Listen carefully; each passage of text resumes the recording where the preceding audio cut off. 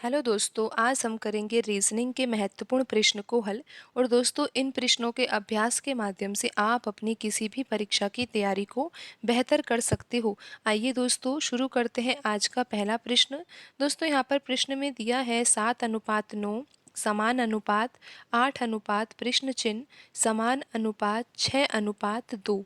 तो दोस्तों, हमें यहाँ पर ये पता लगाना है कि प्रश्न चिन्ह के स्थान पर दिए गए ऑप्शन में से कौन सी संख्या यहाँ पर आएगी। तो दोस्तों, ये पता लगाने के लिए कि यहाँ पर प्रश्न चिन्ह के स्थान पर कौन सी संख्या आएगी, सबसे पहले तो हमें यहाँ पर ये जानना होगा कि यहाँ पर जो 7:9 लिखा हुआ है, इन दोनों संख्याओं में क्या संबंध है।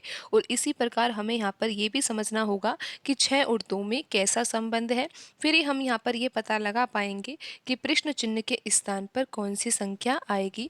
तो दोस्तों, सबसे पहले हम यहाँ पर ये जानते हैं कि 7 और 9 में कैसा संबंध है। दोस्तों, 7 को किस तरीके से प्राप्त किया जा सकता है। दोस्तों, अगर हम यहाँ पर 2 की घात 1 लिखें और +5, बिल्कुल दोस्तों, 2 की घात 1 यानी कि 2, और 2 में 5 जोड़ने पर 7 को प्राप्त किया जा सकता है। तो दोस्तों, 9 को कैसे प्राप्त किया जा सकता है। अगर दोस्तों 2 की घात 3 और उसमें हम फिर 1 जोड़ दें, बिल्कुल दोस्तों, 2 की घात 3 यानी कि 8, और 8 में 1 जोड़ेंगे तो 9 को प्राप्त किया जा सकता है। दोस्तों, आप यहाँ पर समझ गए होंगे कि यहाँ पर आधार 2 ही लिया है, लेकिन घात यहाँ पर 1 और यहाँ पर 3। और दोस्तों, संख्या जो जोड़ी गई है, अनुपात से पहले वाली संख्या को प्राप्त करने के लिए 5 जोड़ा गया है, और अनुपात के बाद वाली संख्या को प्राप्त करने के लिए 1 जोड़ा गया है। तो दोस्तों, इसी पैटर्न को हम यहाँ पर 6:2 में भी लगा कर देखते हैं कि 6 को किस तरीके से प्राप्त किया जा सकता है। दोस्तों, अगर 1 की घात 1 लिखे और इसमें हम 5 जोड़ते हैं, क्योंकि दोस्तों आप यहाँ पर देख सकते हो, अनुपात से पहले वाली संख्या 7 को प्राप्त करने के लिए 5 को ही जोड़ा गया था, तो यहाँ पर भी 5 को ही जोड़ेंगे तो 6 आ जाएगा। और दोस्तों, 2 को प्राप्त कैसे किया जाएगा। दोस्तों, आप यहाँ पर देख सकते हो कि यहाँ पर अनुपात के बाद लिखी हुई संख्या 9 को प्राप्त करने के लिए 2 की घात 3 लिखी गई थी और उसमें फिर 1 जोड़ा गया था। दोस्तों, यहाँ पर हम 1 की घात 3 लिख सकते हैं और 1 जोड़ देंगे तो 2 को प्राप्त किया जा सकता है।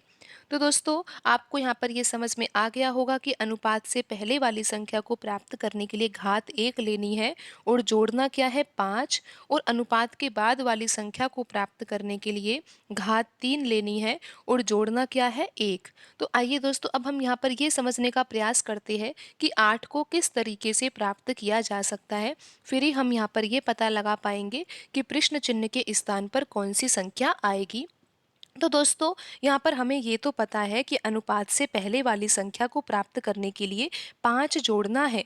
तो दोस्तों, यहाँ पर अगर हम 8 को प्राप्त करना चाहते हैं तो 3 की घात 1 में अगर हम 5 जोड़ देते हैं तो 8 आ जाएगा।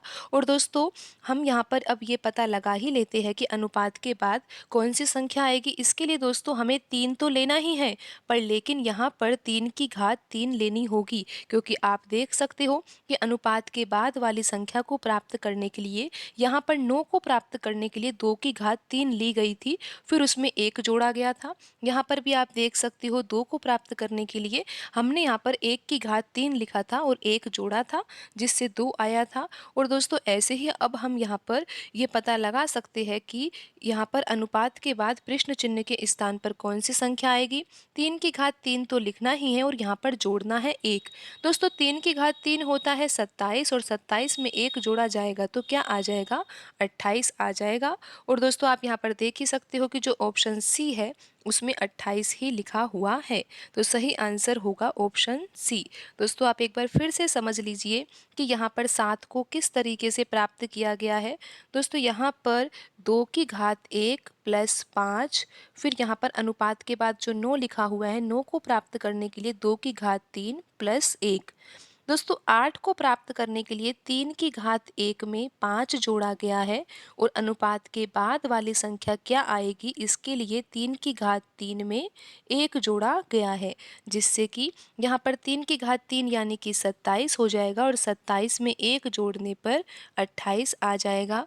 दोस्तों, आप यहाँ पर भी समझ लीजिए, 6 को प्राप्त करने के लिए क्या किया गया है, 1 की घात 1 में 5 जोड़ा गया है, और 2 को प्राप्त करने के लिए 1 की घात 3 में 1 जोड़ा गया है। तो दोस्तों यहाँ पर जो आंसर आएगा 28 आएगा और ऑप्शन सी में 28 ही लिखा हुआ है। तो दोस्तों आज की वीडियो में इतना ही, मिलते हैं अगली वीडियो में।